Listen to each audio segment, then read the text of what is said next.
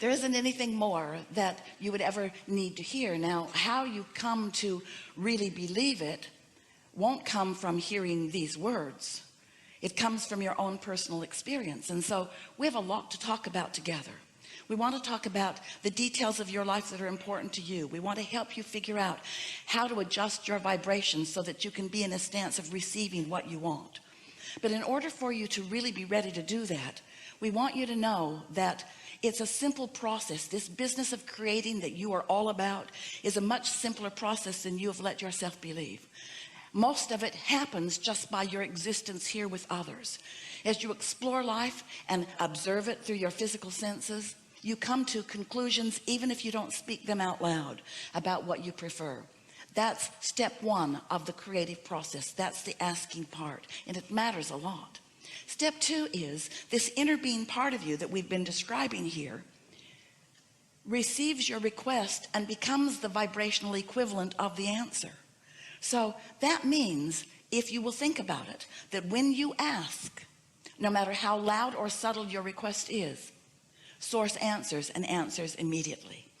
But you have to come with us in this strange world that we are talking about, out of the world of action and out of the world of trying to make sense of what others are doing. You have to step into a vibrationally sensing world in order to really understand what we're saying to you here. Because when you ask, it is given to you immediately, and it is given to you in the early form of creation, which is a vibrational form that has the full potential, just like the seed that you put in the ground has the full potential to be the stalk of corn. It has the full potential of this vibration turning into things, turning into experiences, turning into the full blossoming, see it, hear it, smell it, taste it, touch it, manifestation that you desire. But it isn't like that right at first.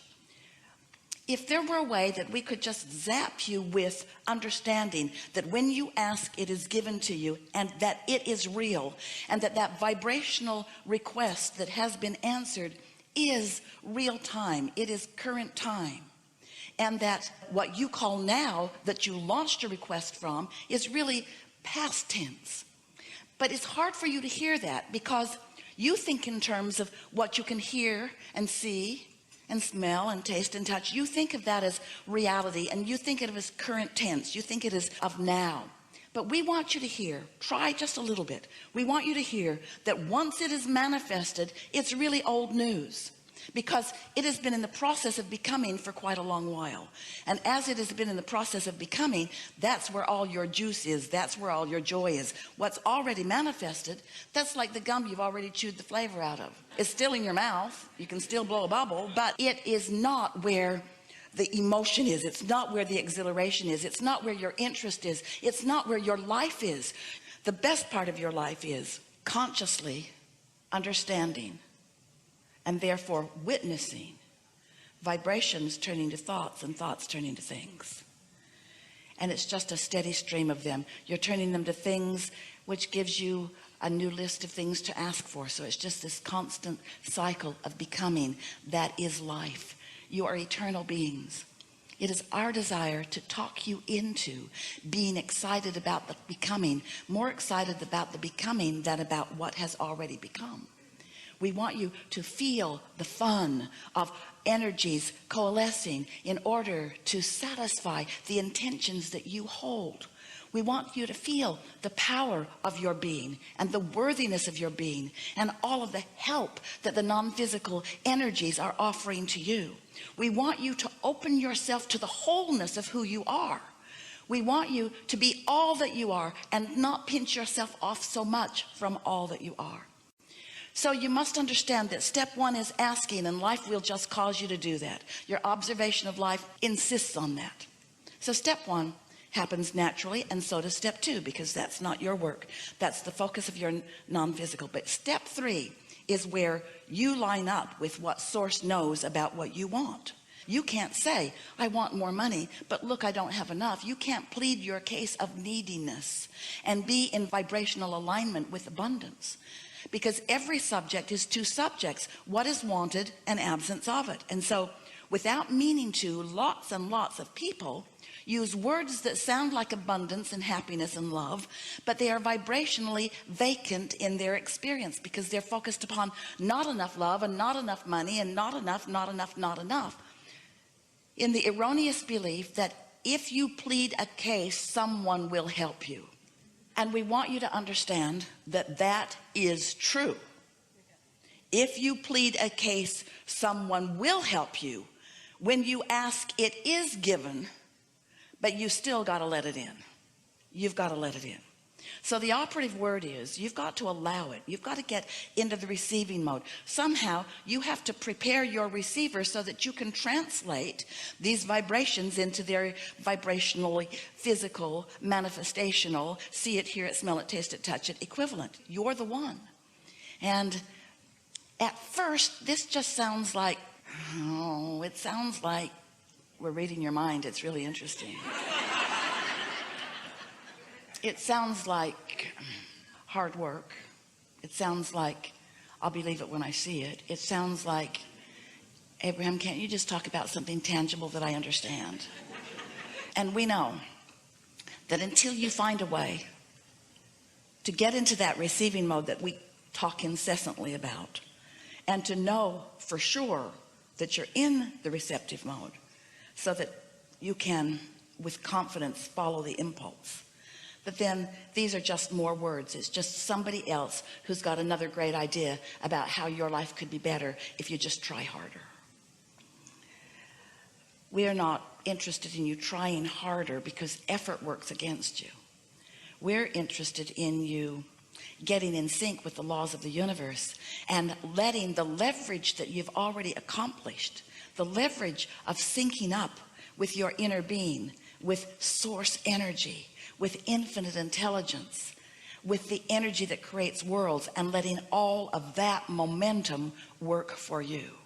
So that's what we're going to talk about with you today. As you have different things that you want to talk about, we'll talk about your physical life if you want to, and we'll help you with your attitude about it, because your mood or attitude about things is really the strongest indication that you have about why things are working the way you want them to, or why things aren't working for you the way you want them to. And it is our knowing that as these hours pass by, and as you play with us with interest and some willingness to accept that these are universal laws, and that the more you understand them, the more control you will have, not only over the outcome of your experience, but over the experience of the outcoming becoming.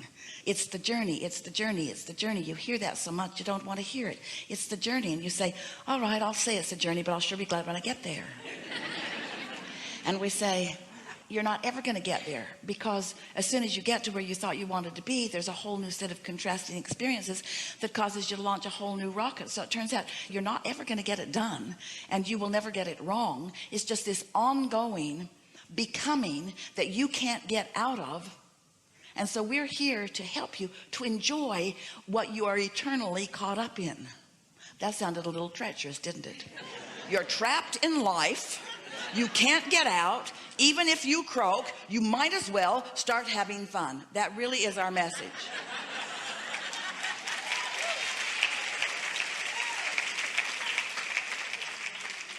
And we remember you. We know who you are. We know what you meant when you came. We know where you are in relationship to all of that. In fact, one of the things that we want to put out here right in the beginning of this conversation is that your inner being knows where you are in relationship to everything that you want, and knows the path of least resistance to help you get to where you want to be.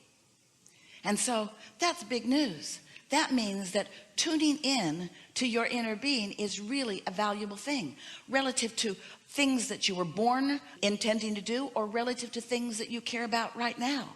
Esther couldn't find a gold pen one time, and it was so upsetting to her. She looked for it for days and days and days and days and days and days and days and days and days, and couldn't find it, because you can't find something that you believe is lost. Your beliefs prevent you from your desires.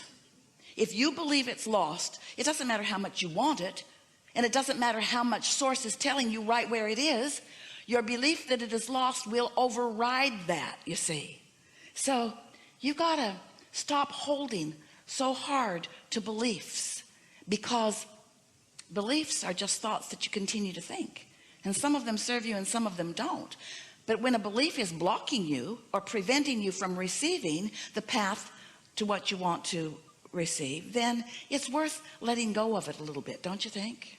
And so we'll talk about things today that will help you to figure out how to be kinder to yourself in that regard. Esther couldn't find her pen, couldn't find her pen, couldn't find her pen, couldn't find her pen. Then, did you hear us say the words path of least resistance? The path of least resistance is the path that your inner being knows you are most likely to take given the beliefs that you hold. That's what path of least resistance is. It's the path that your inner being knows is the best path for you, the most likely path that you will take given the beliefs that you hold. So since Esther believed her pen was lost, and she felt really bad about it because it was a gift from someone she cared very much about, it cost a lot of money, and she loved writing with that pen. She was really suffering. We know it sounds silly, but you do it too. She was suffering over the loss of this pen. So we tried to show her where it was. She went to the purse where it was so many times, felt around it. It was a big bag. She loses umbrellas in it sometimes too, but she felt all around in it, dumped it upside down, finally accepted that it was gone.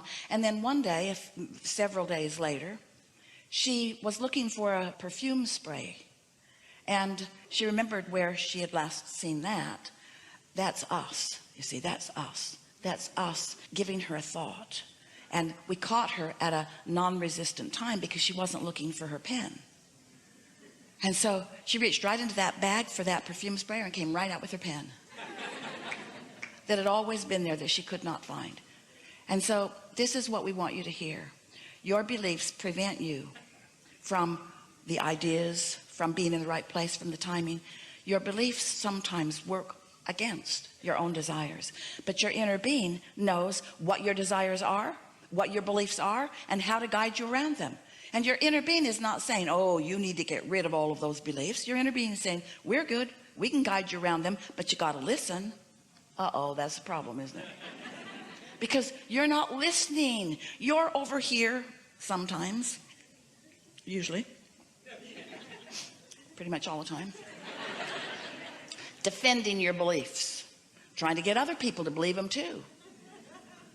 And as you defend beliefs that work against you, you get some pretty strong momentum going.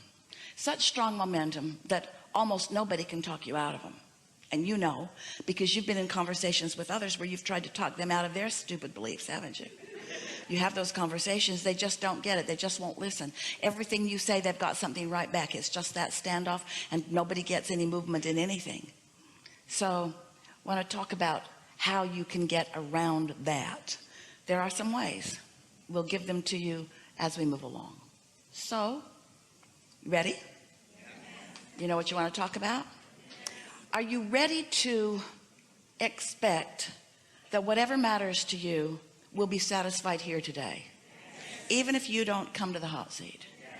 Because we know what you're about, and we know what you're about, and we know who is the most likely to have a conversation to answer what you're about. So it's going to be really good. What do you want? It's really good. There's a lot of trouble in this room. We're going to have a good conversation. Begin right here.